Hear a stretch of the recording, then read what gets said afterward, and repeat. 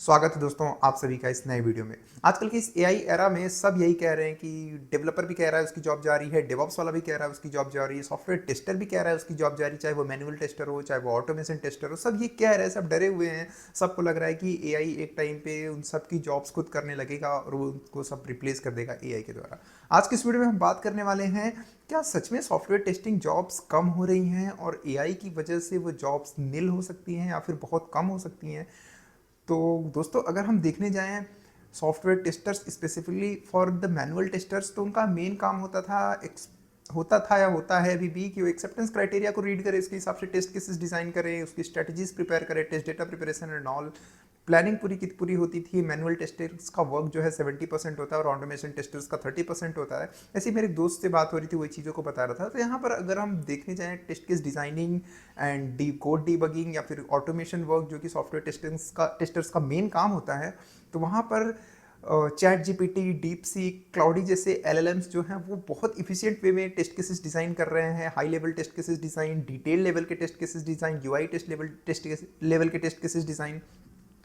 तो और acceptance criteria के हिसाब से कि अगर आप एक्सेप्टेंस क्राइटेरिया जाते हैं तो वो component by component, point by point चीज़ों को पकड़ के और बहुत इफिशिएंट वे में टेस्ट केसेस डिज़ाइन कर रहे हैं। ये मैंने अपने दोस्त है उससे मैंने बहुत ज़्यादा डिस्कस किया जो कि इन सब टूल्स को यूज़ कर रहा है उसकी कंपनी, और बेसिकली वो बोल रहे हैं कि काफ़ी काम आसान हो गया है। जो टेस्ट केस दो टेस्टर बैठ के पूरे दिन डिज़ाइन करते थे वो कुछ 20-30 मिनट में हो जा रहा है, 10 मिनट में हो जा रहा है। और यहाँ पर जो कोड डीबगिंग थी ऑटोमेशन टेस्टर के लिए, कोड डीबगिंग वर्क काफ़ी आसान हो गया है। कह सकते हैं कि कोड डीबगिंग के लिए जो एक सीनियर बैठा होता था सिर्फ डीबगिंग करने के लिए, उसका काम लगभग रिप्लेस होने के कगार पे आ गया, क्योंकि इन टूल्स की मदद से कोड डीबगिंग काफ़ी आसान हो गई है, as well as end to end automation भी हो जाता है किसी भी वेब का। तो क्या यहाँ पे और टेस्टर्स की जॉब जा रही, चाहे वो मैनुअल टेस्टर हो या ऑटोमेशन टेस्टर है? तो आंसर इज नो।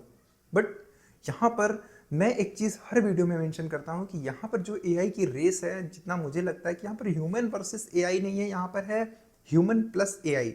अगर हम एआई को कॉम्पीट करने जाएंगे कि हम उससे ज़्यादा बेटर वर्क करें और उससे ज़्यादा फास्ट काम करें, तो बेसिकली मुझे ऐसा लगता है कि हम कंपटीशन गलत कॉम्पीट कर रहे होंगे। बेसिकली अगर आप रनिंग कर रहे हैं और आप किसी कार के साथ या ट्रक के साथ रनिंग करते हैं, बाइक के साथ रनिंग कॉम्पीट करते हैं, तो बेसिकली आप हार ही जाएंगे क्योंकि आप उतनी स्पीड में नहीं भाग पाएंगे। लेकिन अगर आप उस बाइक पे चढ़ सवार होके, बाइक प्लस आप, और आप सामने ही किसी एक ऐसे पर्सन से रनिंग कर रहे हो जो भी बाइक से रनिंग कर रहा है, तो हो सकता है फिर आप जीत जाए। मेरा कहने का मतलब है कि आप एआई के साथ वर्क करना, ह्यूमन प्लस एआई, अगर आप ये कॉम्बिनेशन बना के करते हैं तो बेसिकली चाहे आप किसी भी फील्ड में हैं, आप काफ़ी बेटर कर सकते हैं और आप जिस लेवल पे हैं आप उससे लेवल आप अपना कर सकते हैं।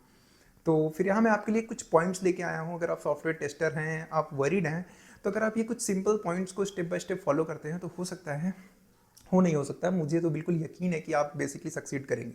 अगर हम Naukri.com के ट्रेंड्स को देखें तो आजकल हायरिंग भी उन्हीं लोगों की हो रही है जो कि एआई टूल्स को बेटर समझते हैं, वो एआई टूल्स को अपने काम के साथ इंटीग्रेट कर सकते हैं, उसमें एक्सपेरिमेंट कर रहे हैं लोग जो कि उसमें इंटरेस्टेड है, उनको थोड़ी सी नॉलेज है। यहाँ पर अगर कोई एक ऐसा पर्सन है इंटरव्यू में बैठा हुआ है जिसको एआई टूल्स के बारे में कुछ नहीं पता, उसको सिर्फ अपना बिजनेस डोमेन पता है और उसको टेस्टिंग के बारे में पता है, और यहाँ पर एक ऐसा पर्सन है जिसको बिजनेस डोमेन भी पता है और अपने टेस्टिंग की काम भी पता है, और साथ ही साथ उसको एक एडिशनल चीज़ ये पता है कि वो एआई एमएल क्या है, उसको कैसे इंटीग्रेट करना है अपने काम के साथ, कैसे और अपने काम को फास्ट करना है, इन सब चीज़ों को यूज़ करके। तो मुझे लगता है कि इंटरव्यू जो होगा उसको ज़्यादा प्रेफरेंस देगा।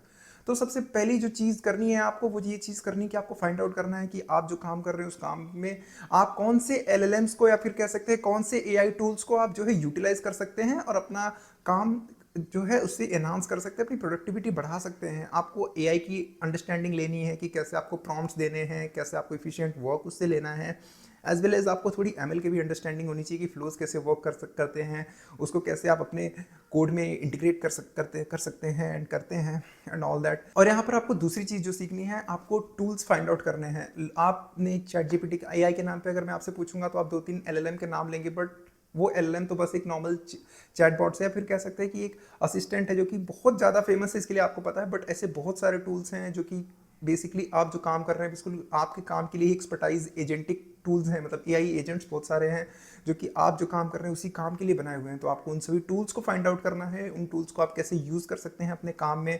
आपको डेफिनेटली वो चीज़ यूज़ करनी है, आपको उन चीज़ों को एक्सप्लोर करना है, उसके साथ एक्सपेरिमेंट करना है।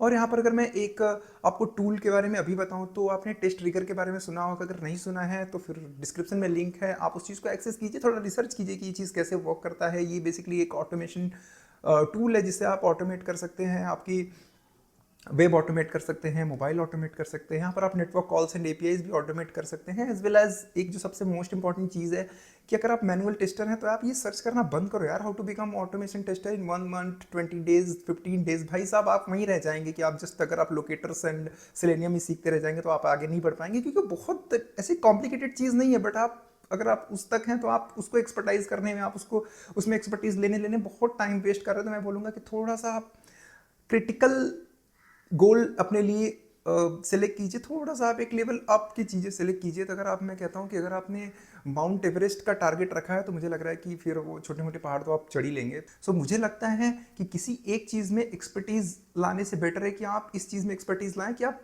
चार चीज़ों को सीख सकते हैं। चार चीज़ों में एक्सपर्टीज से बेटर है कि आप चार चीज़ों को फटाक से सीख सकते हैं। आप सीखने की एक्सपर्टीज लाइए, लर्न करने की एक्सपर्टीज लाइए। मैंने कहीं कोट पढ़ा था एंड ये बेस्ट लगा कि अगर आपके अंदर ये स्किल है कि आप कोई चीज़ बहुत जल्दी लर्न कर सकते हैं, देन मुझे लगता है फिर आपको कोई टेंशन लेने वाली बात ही नहीं है। आप कोई भी चीज़ आने दो, आप फटाक से उस चीज़ को लर्न कर सकते हैं, उस चीज़ को कॉम्पीट कर सकते हैं और किसी भी एरा में कॉम्पीट कर सकते हैं।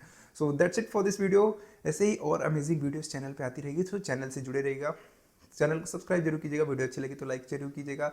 अगर आपका कोई सजेशन हो या फिर कोई एडवाइस, कोई क्वेरी हो तो मुझे कमेंट सेक्शन में जरूर बताइएगा, मुझे बहुत खुशी होगी। मिलते हैं ऐसे एक नए अमेजिंग सी वीडियो के साथ। इस वीडियो को देखने के लिए धन्यवाद। अपना बहुत सारा ध्यान रखिएगा और अपनी फैमिली का भी। जय हिंद, वंदे मातरम।